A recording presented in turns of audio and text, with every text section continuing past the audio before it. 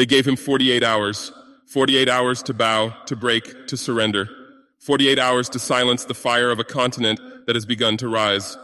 But who is this man they threaten? Not a pawn, not a puppet. He is the storm breaking chains, the dawn scattering shadows, the voice of Africa roaring against centuries of exploitation. Netanyahu's ultimatum is not just against one man, it is against a people, against a continent, against the very idea that Africa can stand tall, sovereign, unbent, unbroken.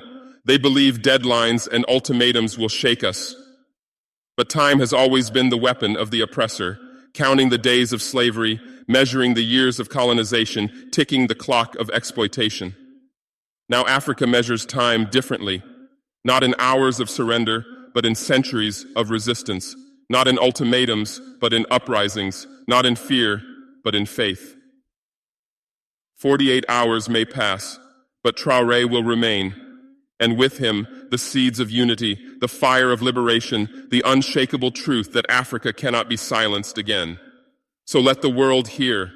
This is not the ultimatum of Netanyahu to Traoré. This is the ultimatum of Africa to the powers of this world. 48 hours remain for oppression. After that, a new dawn begins. They said, 48 hours. 48 hours for a leader to bow, for a continent to kneel, for a fire to be extinguished before it becomes ablaze. But listen, my brothers, my sisters, this ultimatum is not strength. It is fear dressed in the uniform of power. When an empire trembles, it does not show humility. It does not show truth.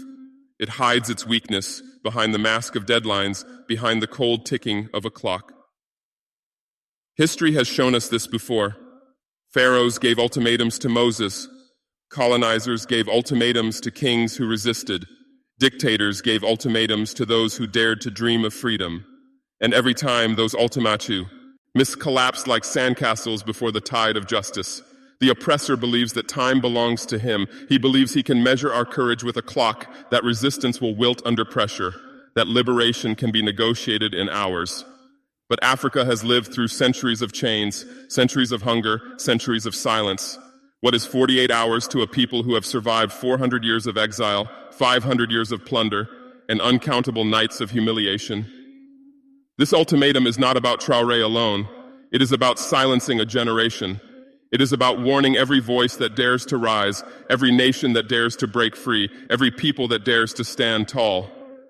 But fear is a poor weapon, and the more they threaten us, the louder our hearts beat, the stronger our spirits rise, the deeper our roots grow. So let the world hear this truth. Their ultimatum is fear. Our response is faith. And faith, when united with fire, cannot be extinguished, not in 48 hours, not in 48 centuries. They thought they were threatening a man. They thought they could corner him, intimidate him, break him. But Traoré is not just a man. He is a flame carried from the torches of Sankara, Lumumba, Nkrumah, and all those who rose before him. He is the echo of every ancestor who refused to kneel, every warrior who stood when standing meant death. The oppressor looks at Traoré and sees youth, inexperience, defiance. But Africa looks at Traoré and sees reflection, sees itself. His fire is our fire. His courage is our courage. His stand is the stand of a continent that has been waiting for a voice, waiting for a spark, waiting for a son of the soil to shout what millions whisper in silence. We will not bow again. And so they fear him, not because of his weapons, not because of his armies, but because his words ignite hearts faster than bullets can destroy them. They fear that a young soldier can light a fire in the villages of Ghana, in the streets of Harlem, in the minds of youth from Johannesburg to Chicago. They fear that this fire cannot be contained, cannot be negotiated, cannot be bought. For how do you extinguish a flame born from centuries of suffering? How do you silence a fire fed by the cries of the enslaved, the prayers of the exiled, the songs of the oppressed? You cannot. You may try to smother it with lies, drown it with threats, bury it under fear, but still it burns, still it spreads, still it rises. Traoré is not the fire, he is the match. The fire is Africa itself. They believe time is theirs to control. They set their clocks, draw their lines, issue their ultimatums, 48 hours, surrender or fall. But what they forget is this: time has never belonged to the oppressor. Time belongs to the people. Time belongs to the struggle. Time belongs to the storm that waits for its season to break. For centuries, they measured our lives in chains and contracts, in plantations and prisons. They thought the ticking of their clocks could silence the beating of our drums, but the drumbeat never stopped. It echoed across oceans, through deserts, in secret gatherings, in whispered prayers. And now that drumbeat grows louder, syncing with the heartbeat of a rising Africa. What is 48 hours compared to 4? 0 years? What is 2 days compared to centuries of exile, plunder, and blood? We have carried our suffering longer than their clocks have ticked. We have endured storms longer than their empires have lasted. They weaponize time to instill fear, but in doing so they awaken a deeper truth. Africa does not fear the passing of hours. Africa knows patience. Africa knows endurance. Africa knows that even the longest night ends with dawn. So let the world understand. Their countdown is not our cage. Their deadline is not our destiny. Every second they count down, another seed of resistance is planted. Every minute that passes, another root grows deeper. Every hour that ticks, the fire spreads further. When the clock strikes 0, what they will find is not surrender, but resurrection. Not submission, but a storm. For the weapon of time, when turned against its master, becomes the hour of liberation. They hoped for surrender. They imagined a trembling voice, a lowered head, a quiet retreat. They thought the pressure of threats would bend the backbone of a nation. But history has taught us a different lesson. Every attempt to break us has only forged us stronger. Every chain meant to bind us has become the iron of our resolve. When they whispered surrender, Africa heard resistance. When they demanded silence, Africa sang louder. When they counted down hours, Africa counted centuries of pain and turned that pain into power. Resistance is not born in comfort. It is born in fire. It rises from the ashes of burned villages, from the tears of mothers, from the blood of martyrs. Resistance is the child of injustice, and it grows into a giant that no empire can control. Look at Traoré. They expect surrender, but what they see is defiance. They expect weakness, but what they find is unity. For resistance does not rest in one man alone. It rests in a people who have carried the weight of oppression for generations. We resist not with words alone, but with vision, with unity, with the unshakable truth that dignity is worth more than life under chains. We resist because our ancestors resisted, because our children demand it, because history commands it. So let the powers of the earth be warned. Every ultimatum given to us will only awaken our rebellion. Every demand for surrender will only deepen our defiance. And every attempt to silence our voices will multiply them until the whole world shakes with the sound of Africa rising. Surrender is their dream. Resistance is our destiny. They speak as if time is their weapon. They mark the clock, count the hours, and declare, when the sun sets, Africa must kneel. But what they do not know is that dawn does not belong to them. Dawn belongs to the people. Dawn belongs to the oppressed who refuse to sleep in chains. Dawn belongs to those who rise even when the world demands they fall. 48 hours is not an ending, it is a beginning. For when their clock strikes, when their deadline expires, it is not Africa that dies. It is fear, it is silence, it is submission. The dawn that follows is not theirs to claim, it is ours to embrace. Beyond the countdown lies the uprising. Beyond the ultimatum lies awakening. Beyond their threat lies the storm they cannot control. For Africa is not bound to their hours, their deadlines, or their decrees. Africa is bound to the eternal rhythm of the sun that rises each morning without their permission. Traoré's stand is not just resistance, it is a new dawn declaring itself. A dawn where Africa no longer waits for approval. A dawn where the children of the diaspora return home. A dawn where unity is no longer a dream, but a reality forged in fire and faith. So let them threaten.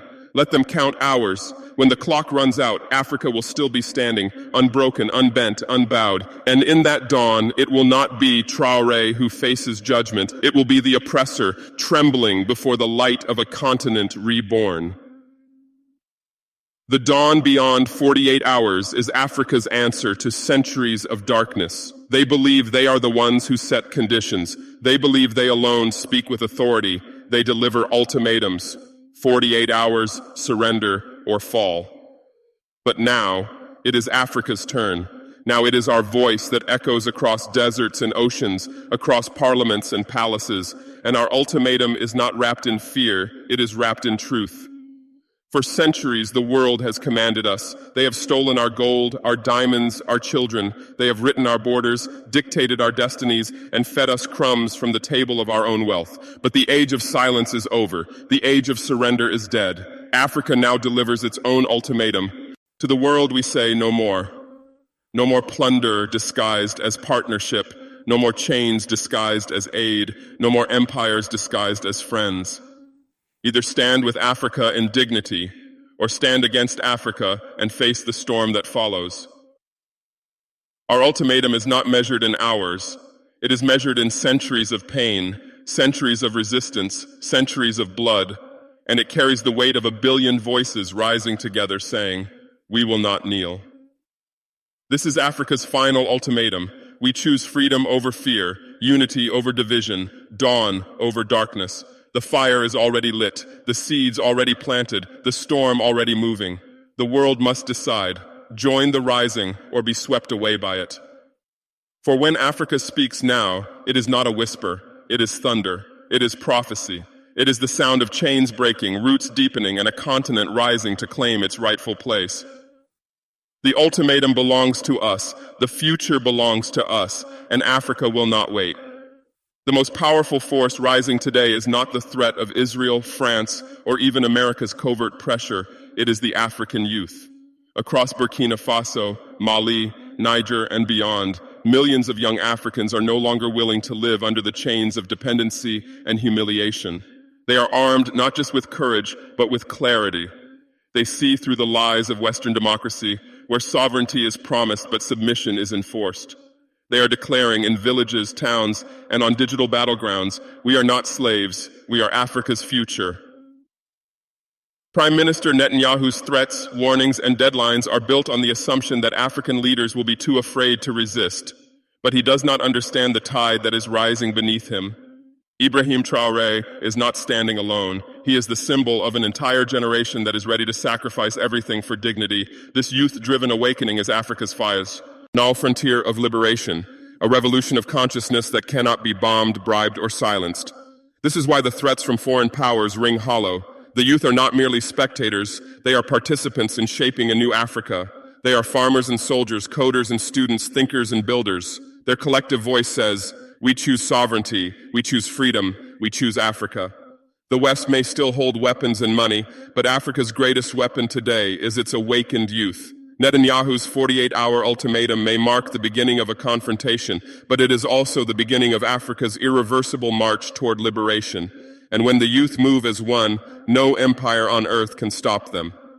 Brothers and sisters, history is watching us. Africa stands at the edge of a new dawn, and the choice is clear. Either we rise together or we perish divided. The enemies of our freedom believe their threats, their dollars, and their weapons can break us, but they do not understand the fire that burns in the African soul. This is more than a speech. This is a call to action. Do not just listen. Stand, share, and spread this message to every corner of the black world. Let it reach the youth in Harlem, the students in Lagos, the workers in Johannesburg, the farmers in Ouagadougou. Because when Africa rises, the world must listen. When Africa unites, no empire can survive. If you believe in this struggle, if you believe in freedom, if you believe in dignity, then subscribe, join this movement, and keep the fire alive. The time is now. The world is watching.